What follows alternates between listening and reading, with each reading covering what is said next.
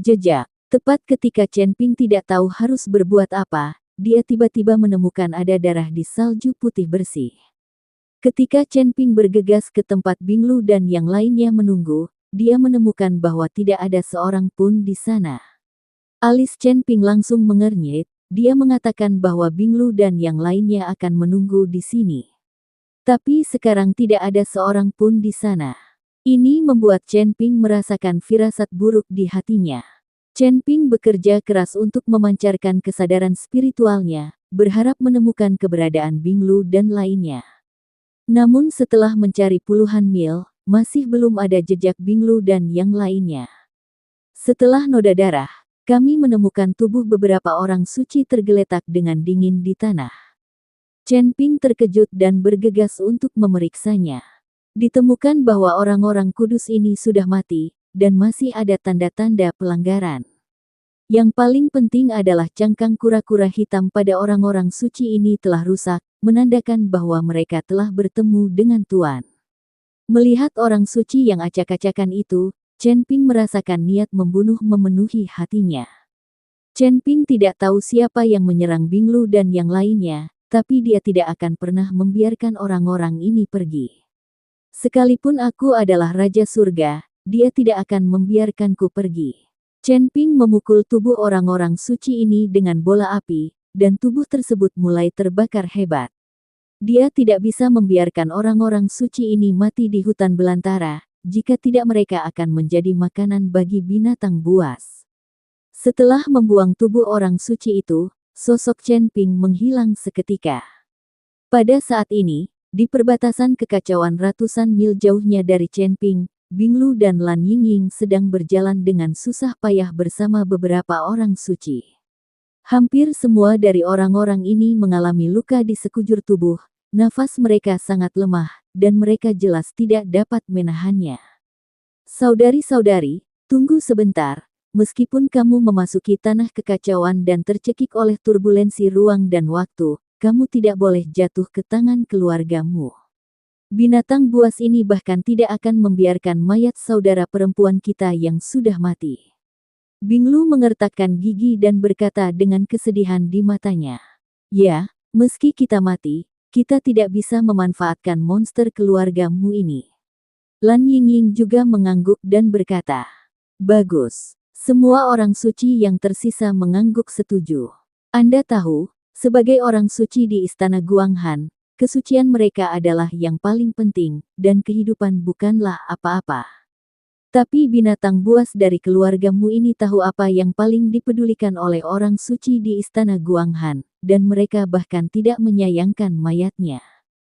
Jadi meskipun Binglu dan yang lainnya mati, mereka tidak akan mati di tangan anggota keluargamu ini. Binglu dan rombongannya berjalan menuju perbatasan kekacauan dengan mata penuh tekad. Tidak jauh di belakang Binglu dan yang lainnya, Mu Yao dan keluargamu mengejar mereka. Selain Mu Yao, diikuti seorang wanita paruh baya. Orang ini adalah Bibi Mukui, Mu Nai, putri tertua dari keluargamu. Jika Mu Yao baru saja membawa keluargamu, Binglu dan yang lainnya tidak akan menderita korban sebesar itu. Namun siapa sangka Mu Nai ini ada di sini, sebagai sesepuh Istana Guanghan. Binglu dan yang lainnya mengetahui bahwa keluargamu memusuhi Istana Guanghan, namun mereka tidak siap. Ia langsung diserang oleh Mu Nai dan memakan banyak korban jiwa, ia harus berjuang sampai mati untuk bisa melarikan diri ke sini. Nona, orang suci dari Istana Guanghan ini sedang bergegas ke tanah kekacauan di perbatasan. Apakah mereka akan memasuki tanah kekacauan untuk mencari kematian? Mu Yao melihat ke arah mana Binglu dan yang lainnya melarikan diri dan berkata, bukannya mereka ingin memasuki wilayah kekacauan, tapi kami ingin mendorong mereka masuk. Mu Nai berkata sambil tersenyum dingin. Mu Yao tertegun sejenak, dengan wajah bingung, Nona, mengapa Anda mendorong mereka ke negeri kekacauan? Mu Nai tidak mengatakan apa-apa, tapi menunjuk ke barat daya tidak jauh dari sana. Mu Yao melihat ke arah jarinya dan menemukan ada lingkaran cahaya samar mengalir ke arah itu, dan di dalam tirai cahaya itu, sepertinya ada gunung yang menjulang tinggi. Saat ini, Mu Yao sedang kebingungan, Karena selama beberapa hari terakhir ini dia belum pernah melihat tirai tipis ini di wilayah kutub, apalagi gunung setinggi itu. Wilayah kutub sudah berada di Gunung Iblis, jadi bukankah gunung yang tiba-tiba muncul ini sekarang adalah gunung di dalam gunung? Itu Gunung Ji. Tambang Jistone yang asli ada di Gunung Ji itu. Hanya saja Jishan terhalang oleh sebuah penghalang dan tidak bisa dilihat sama sekali. Ia hanya bisa muncul ketika ruang dan waktu terdistorsi di perbatasan kekacauan. Hanya dengan cara ini kita dapat memiliki kesempatan memasuki pegunungan ekstrim untuk mengumpulkan batu ekstrim. Ini yang baru saya pelajari, jadi saya datang ke area ekstrim untuk mencari Anda. Munai mengikuti Mu Yao dan menjelaskan. Saat itulah Mu Yao mengerti dan mengapa Munai tiba-tiba datang ke kutub. Pantas saja beberapa hari terakhir ini mereka hanya menemukan batu tiang berserakan, namun tidak menemukan tambang batu tiang, ternyata terhalang oleh pembatas. Tanda seru. Dan Gunung Jishan ini terletak di perbatasan kekacauan, tidak ada yang berani mendekatinya, jadi tidak ada yang menemukannya. Nona, Anda mendorong orang suci dari istana Guanghan ini ke tanah kekacauan hanya untuk mengubah waktu dan ruang tanah kekacauan untuk menciptakan kondisi untuk memasuki gunung ekstrim, bukan? Mu Yao langsung mengerti. Ya, kamu sangat pintar. Munai tersenyum tipis. Saat ini, Binglu dan yang lainnya telah mencapai tepi tanah kekacauan. Jika mereka terus maju, mereka akan tersedot ke dalam arus turbulen tanah kekacauan. Tanda seru. Jika kamu melakukan itu, kamu pasti akan mati, dan kamu bahkan tidak akan bisa menyimpan mayatmu. Saudaraku, mari berpegangan tangan, jangan takut pada siapapun. Jika kamu memasuki tanah kekacauan, kamu akan langsung tercekik oleh arus yang bergejolak. Tidak akan ada rasa sakit. Binglu memegang tangan semua orang, lalu berjalan menuju negeri kekacauan dengan mata tegas. Jangan lakukan hal bodoh. Pada saat ini, suara Chen Ping datang, dan kemudian dia melihat sesosok tubuh mendekat seolah-olah melompat. Tuan Chen. Binglu sangat gembira, dia tidak menyangka Chen Ping akan menemukan tempat ini. Sekarang Chen Ping ada di sini, mereka mungkin terselamatkan. Bagaimanapun, mereka semua telah melihat kekuatan Chen Ping dengan mata kepala mereka sendiri. Namun saat mereka berhenti dan menunggu Chen Ping, tiba-tiba kekuatan isap yang sangat besar mulai menyedot Binglu dan yang lainnya ke dalam tempat kekacauan. Kedua orang suci itu tersedot dan terbang tinggi ke udara. Untungnya, orang-orang ini berpegangan tangan dan tidak tersedot. Tunggu. Binglu mengertakkan gigi dan memegangnya erat-erat. Semua orang mencoba yang terbaik, tetapi kekuatan hisap yang besar masih menyeret Binglu dan yang lainnya menuju tanah kekacauan. Melihat embun es, mereka tidak dapat bertahan lagi. Sosok Chen Ping muncul seketika, dan kemudian aura besar melonjak, membuat Binglu dan yang lainnya menjauh dari kekuatan isap yang besar. Tapi Chen Ping sendiri langsung tersedot oleh kekuatan hisap tanah kekacauan. Tuan Chen. Semua orang suci terkejut dan hanya bisa berteriak, tetapi tidak ada yang mampu membantu. Tubuh Chen Ping seperti perahu kecil, bergoyang di tanah kekacauan. Dengan tubuh emas yang tidak bisa dihancurkan diaktifkan, Chen Ping menahan turbulensi di negeri kekacauan. Bersama dengan tubuh Chen Ping, dia terus-menerus diseret ke kedalaman tanah kekacauan dengan hisapan besar. Tubuh emas Chen Ping yang tidak bisa dihancurkan mulai runtuh. Semua kekuatan di tubuhnya diletuskan oleh Chen Ping, membentuk lapisan perisai. Tapi tidak ada gunanya sama sekali, ia langsung dikalahkan oleh turbulensi ruang dan waktu. Noda darah mulai muncul dari 7 lubang Chen Ping. Apakah kamu benar-benar akan mati di sini hari ini? Chen Ping menyerah dan putus asa. Kristal naga di dada Chen Ping meledak dengan cahaya, dan seekor naga emas berputar di sekitar Chen Ping. Tapi di ruang kacau itu, bahkan naga emas pun menghilang dengan cepat. Tetapi pada saat ini, Chen Ping menemukan bahwa melalui ruang yang kacau ini, dia dapat melihat petak-petak padang salju dan monster-monster satu. Apa yang kita lihat di sini bukanlah wilayah kutub, apakah ini lapisan es Arktik? Chen Ping langsung tercengang.